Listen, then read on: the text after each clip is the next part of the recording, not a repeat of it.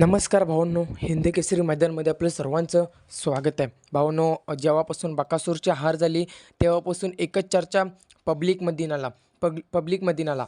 तर भावांनो, असं काही नाही. तुम्ही बघू शकता, बकासूर पब्लिकने देखील चांगला पळवता, काही जणांनी हातवरती देखील केले होते, तुम्ही या व्हिडिओच्या माध्यमातून बघू शकता. परंतु बकासूरची गाडी कुठे फॉल झाली?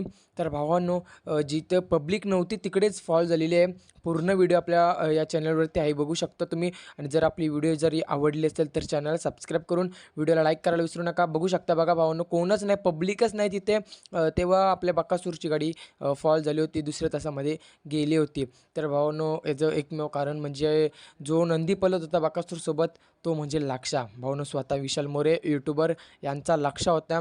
चांगला नंदी पळाला, परंतु त्याला अचानक काय झालं तर त्याने गाडी दुसऱ्या तासात नेली, बघू शकता तुम्ही या व्हिडिओच्या माध्यमातून. आणि आपल्या बकासूरची हार झाली. असो भावांनो, बकासूरची जरी आज आपल्या मैदानामध्ये हार झाली असली तरी पण बकासूरचा भाऊ म्हणजेच महाराज जेव्हापासून बकासूरच्या गळ्यामध्ये पळालेला आहे तेव्हापासून गुलालामध्ये, म्हणजेच काय, मागील बुकुमांगरीवाडी मैदानामध्ये बकासूर आणि महाराज पळाला होता, तेव्हा गुलाल केला होता. त्यानंतर आज पळाला नाही आणि आज 3 नंबरचा मानकरी माझ्या माहितीनुसार झालेला आहे तो. आणि नक्कीच चांगला स्पीड लागला, त्याला देखील टॉपचा स्पीड लागला आणि आजच्या मैदानामध्ये त्यांनी गुलाल प्राप्त केला. राहिला विषय बकासूर. बघू शकता भावांनो तुम्ही, बकासूर काही तुफान स्पीडने पळत होता.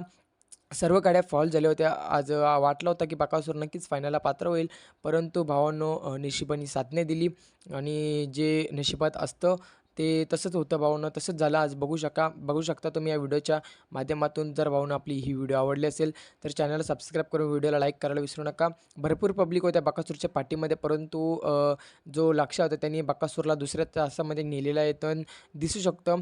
आणि पूर्ण खुलासा झाला या सेमीचा. जर व्हिडिओ आवडली तर चॅनलला सबस्क्राईब करून व्हिडिओला लाईक करायला विसरू नका. असेच बैलगाडी क्षेत्रातले आपण नवीन नवीन अपडेट्स भावांनो घेऊन येत असतो. धन्यवाद भावांनो.